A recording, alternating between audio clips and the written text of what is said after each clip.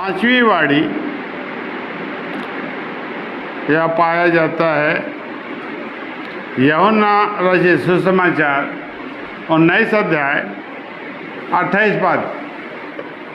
इसके बाद यीशु ने यह जानकर कि अब सब कुछ पूरा हो चुका, इसलिए कि पवित्र शास्त्र में जो कहा गया वह पूरा हो, कहा, मैं प्यासा हूँ। पवित्र शास्त्र में क्या कहा गया? अब उसके जो भी कहा गया था उसके पूरा होने का, पूर्ण होने का समय आ गया। उस समय आ गया जब प्रभु यीशु मसीह क्रूस में अंतिम सांस गिन रहे थे और मृत्यु के एकदम निकट थे, और वह जान लेता है कि अब मेरा समय आ गया है। तो लोग जैसे अंतिम समय में मनुष्य की सहायता करता है और आशा करता है कि कोई उसे पानी पिला दे, वह आशा करता है, अपने मन में आशा करता है कि कोई उसे पानी पिला दे, उसकी प्यास बुझा दे, क्योंकि वह चाहता है कि उसकी प्यास बुझ जाए। पानी की उसे इतनी ज़रूरत नहीं रहती, लेकिन उस स्थिति में वह आत्मा की प्यास है। और आत्मा की प्यास क्या है? और आत्मा क्या चाहता है? आत्मा चाहता है कि मैं जीवित रहूं। आत्मा की ये मनसा है। प्रत्येक मनुष्य की आत्मा की यह मनसा होती है कि वह ना मरे, वह किसी भी प्रकार से जीवित हो जाए, उसके प्राण बच जाए। ये तो प्राण की लालसा है, लेकिन आत्मा की लालसा उससे ज़्यादा प्रबल है। वह इधर उधर हाथ पैर मारती है।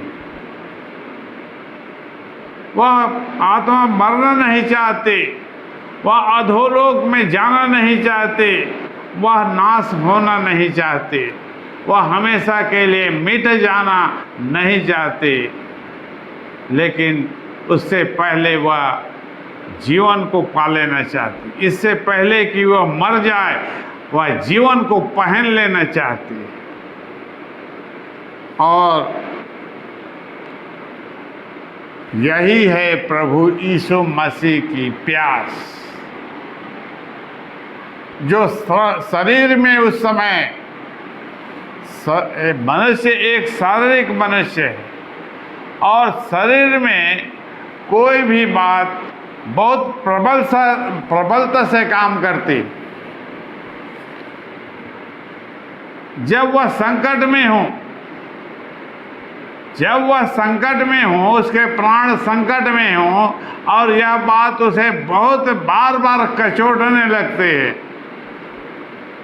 काश मैं जीवित हो जाता, काश मैं जीवित हो जाता, कोई मुझे पानी पिला देता, कोई मुझे मेरी प्यास बुझा देता, कोई मुझे उठाकर खड़ा कर देता, कोई मेरे लिए प्रार्थना कर देता, कोई मुझे चंगा कर देता, कोई मेरी सहायता कर देता। किसी भी प्रकार से किसी को भी मेरे पास भेज देता, जो मुझे इस समस्या से छुड़ा देता। तो प्रभु यीशु मसीह का ये शरीर है, वह देह है, शरीर है, और शरीर में भावनाएं कितनी प्रचंड होती है, और वह भी जीवन की प्यास, जीवन के विषय में कितना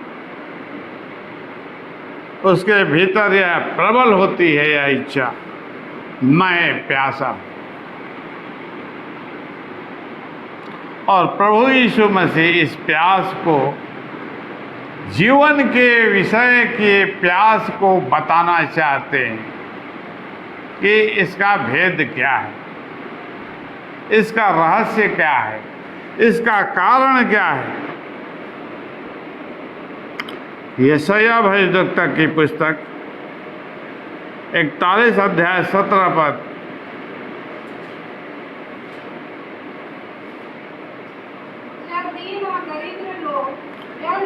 जब दीन और दरिद्र लोग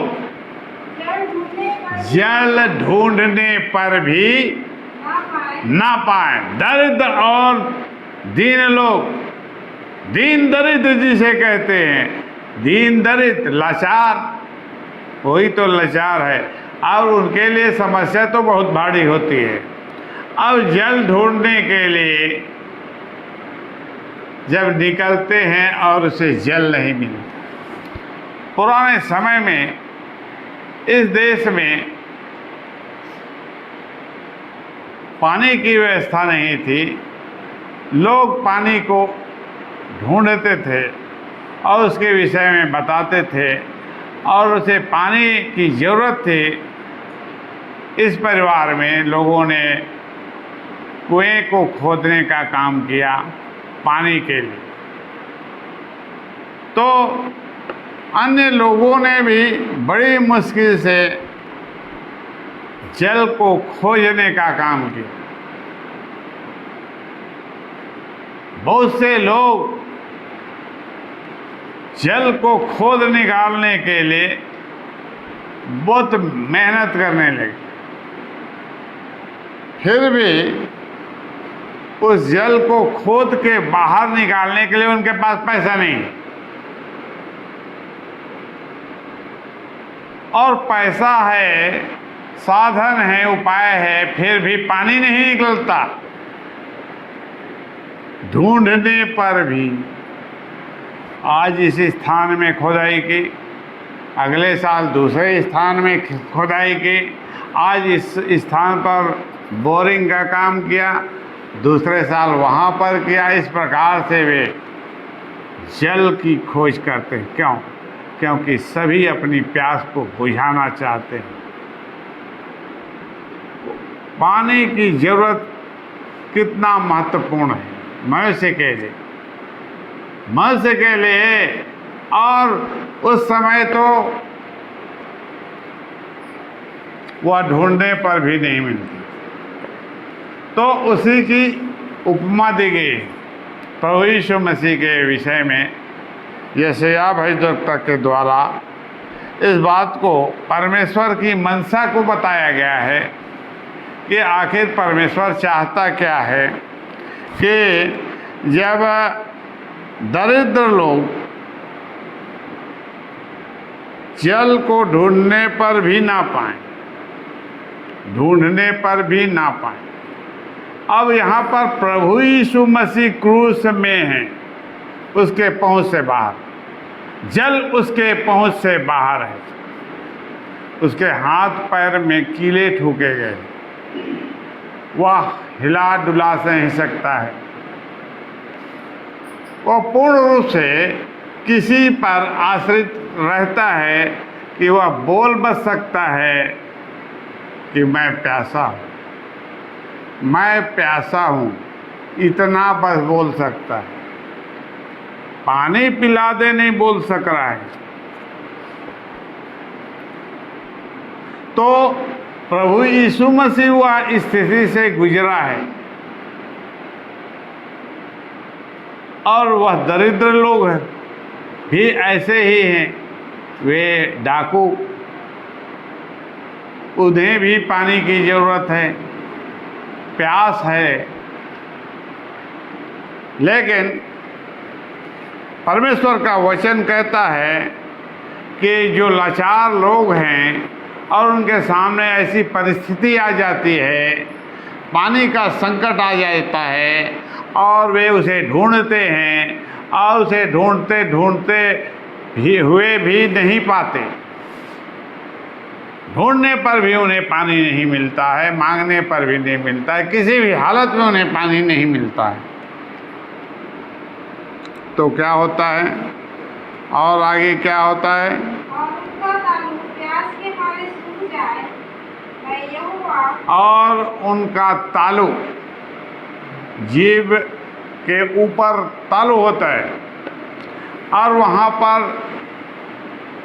वह सब कुछ सूख जाए कि वह अपने जीभ को भी हिला डुला ना सके, बोल ना सके। यह स्थिति उसके शरीर में आ गई प्यास के कारण, पानी के ना होने के कारण, जल ना मिलने के कारण। जीवन का अंत हो रहा है धीरे धीरे, उसके प्राण में जीवन का अंत होने लगा धीरे धीरे। लेकिन वह चाहता है कि एक बूंद उसे पानी दे दिया जाए ताकि जीवन लौट आए, जीवन लौट आए।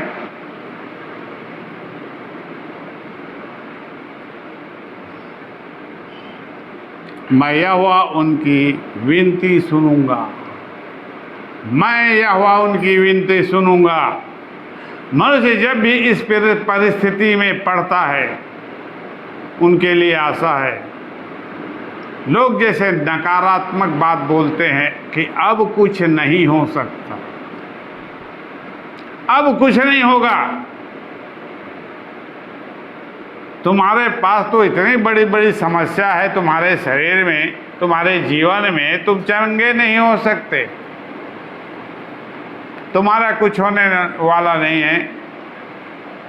अब एक जगह चुपचाप बैठे रहा,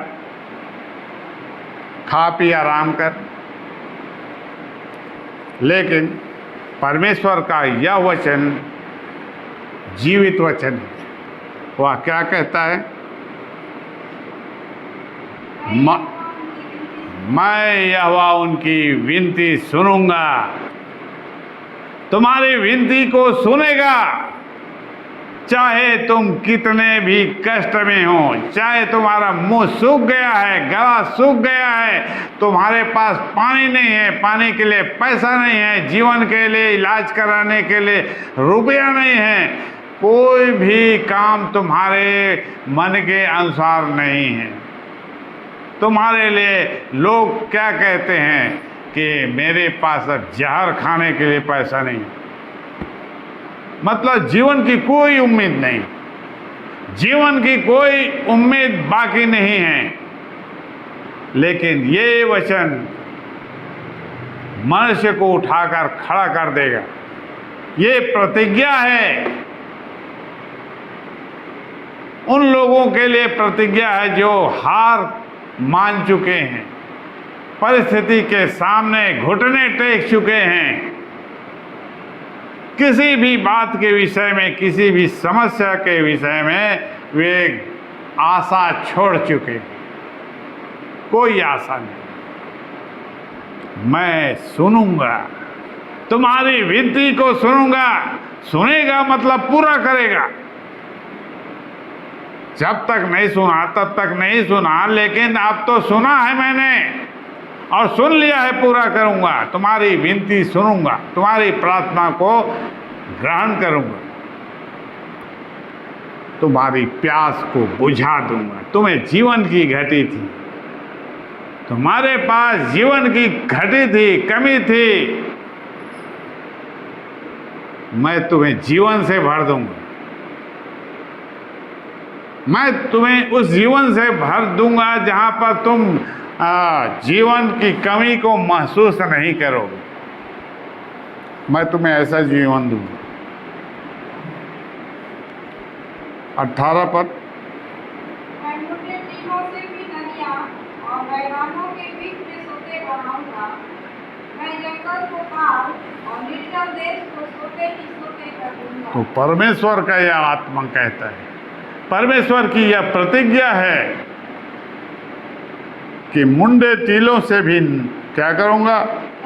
नदियाँ बहाऊंगा। जहाँ जीवन की आशा ही नहीं, जीवन यहाँ तो मिल नहीं सकता, जीवन यहाँ है ही नहीं तो मिलेगा कहाँ से? और मैदान के बीच में सोते बहा दूंगा। यहाँ पर तो कोई नदी पहाड़ नहीं हमारे क्षेत्र में।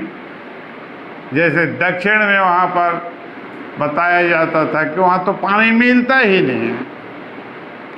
ऐसे स्थान में परमेश्वर की यह प्रतिज्ञा है कि जहाँ कुछ नहीं हो सकता, जहाँ पर कुछ भी नहीं हो सकता, परमेश्वर का वचन, परमेश्वर की प्रतिज्ञा यह बताती है कि वहीं पर सब कुछ हो जाएगा, वहीं पर सब कुछ होगा। जहाँ नहीं है वहीं तो होगा, जहाँ नहीं है वहीं होगा।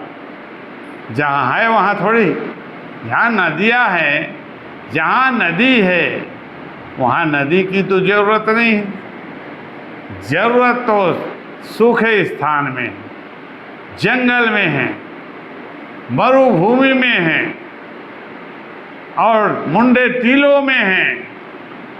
ज़रूरत तो बीमारों को है, ज़रूरत तो पापियों को है और सब प्रकार के बीमारी से ग्रसित लोगों को ज़रूरत है जीवन की, उपाय की। परमेश्वर की प्रतिज्ञा है कि वे सारे उपाय परमेश्वर का वचन, परमेश्वर का आत्मा करेगा, वही करेगा। वही तो छुटकारा देता है, वही तो उद्धार करता है। और संकट में, यही तो संकट में जिसमें मनुष्य पड़ा हुआ है, उसे परमेश्वर ही छुड़ाएगा, मनुष्य नहीं छुड़ाएगा, कोई भी मनुष्य नहीं छुड़ाएगा। तो इस प्रकार से 5वीं वाणी खत्म होती है।